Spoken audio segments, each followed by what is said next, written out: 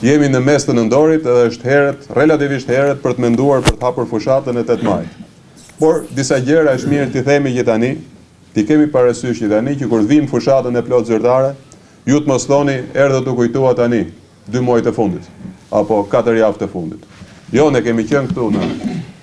fushatën e vitit kaluar, kemi qenë përsëri në rrethin Kuçov disa herë, vim sot në Perëndi në një takim të hapur për të krahasuar çka kemi thënë dhe çka kemi bërë,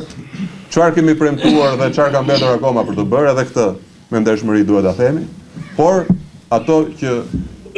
do bëhen nga njerëz të cilët kanë mbështetjen tuaj. Dhe kjo mbështetje do sjelli atë që realizimi i tyre do bëhet. Por ne kemi sfida përpara dhe këto sfida dhe problemet e njerëzve i zgjidhin nivelet ndryshme pushteti.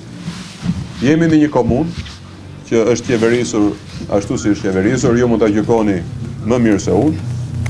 Po jemi këtu me zotin Rexhepi, i cili ka një përvojë të tillë dhe ka, besoj unë, me sa më mend që atëherë një rezultat që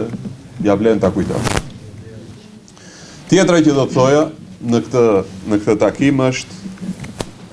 lista e angazhimeve më të vogla. Natyrisht qeveria ka politikat e mëdha, si kjo që përmenda, ka infrastrukturën dhe në drejtim të infrastrukturës madhe të qarkut Beratit, rrethit Kuçovës,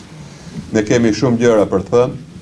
po punojmë shumë për nxjerrjen e një fondi që s'është i vogël, për rrugën e re sipas projektit të fundit që është bërë, që lidh Urën me Lushnjën, pra Beratin me Lushnjën, sepse ajo rrugë që ka mbetur është shumë e dëmtuar dhe projekti i ri parashikon që të jetë më në mes fushës, të jetë e gjerë dhe synojmë ta fillojmë vitin e ardhshëm, po kështu janë bërë një pjesë e rrugës dhe janë fondet e sigurta për të bërë për të përfunduar rrugën që lidh Kuçovën me Tjersheganin, që realizohet nga Fondi Shqiptar i Zhvillimit. Kjo është e sigurt që do fillojë në vitin e ardhshëm. Përveç rrugës që po bëhet e ka dalë shumë e mirë nga ura e Goricës në Mbreshta në Sinj, do ketë edhe një degëzim tjetër që fillon nga ura vajgurore deri lart në Mbreshta, jo direkt e juaj, apo ju jeni komunë Fqinj dhe keni njerëz atje.